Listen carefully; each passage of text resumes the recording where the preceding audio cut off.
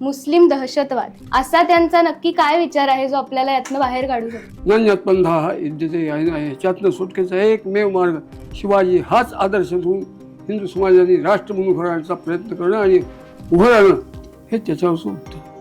जे राज्य आहे त्या प्रत्येक राज्यातल्या भाषेतून राजा शिवछत्रपती हा विषय सक्तीचा 10वीपर्यंत मराठ्यांचा इतिहास शिकवायची व्यवस्था करा.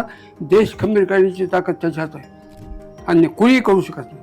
भारत देश आज योग्य नेतृत्वाच्या हातात आहे असं तुम्हाला वाटतं? शिवछत्रपतींचा वारसा घेऊन चालणारा मनुष्य असेल तर तो मोदी आहे.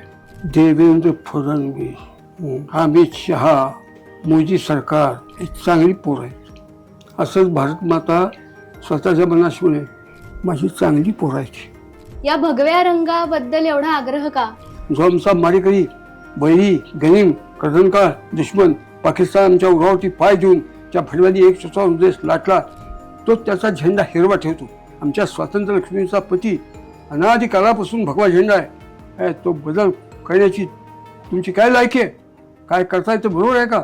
ह्या व्यक्तींची नावं शिल्लक ठेवायला नको होती पूर्वीच. बेकार लोक ते गांधी नेहरू जीवाशी धरून देश टिकणार नाही. गांधी नेहरू हा देशाचा आत्मा नाही आहे, हा देशाचा पुरुषाच्या रूपात जन्मलेला शत्रू आहे, वैरी आहे.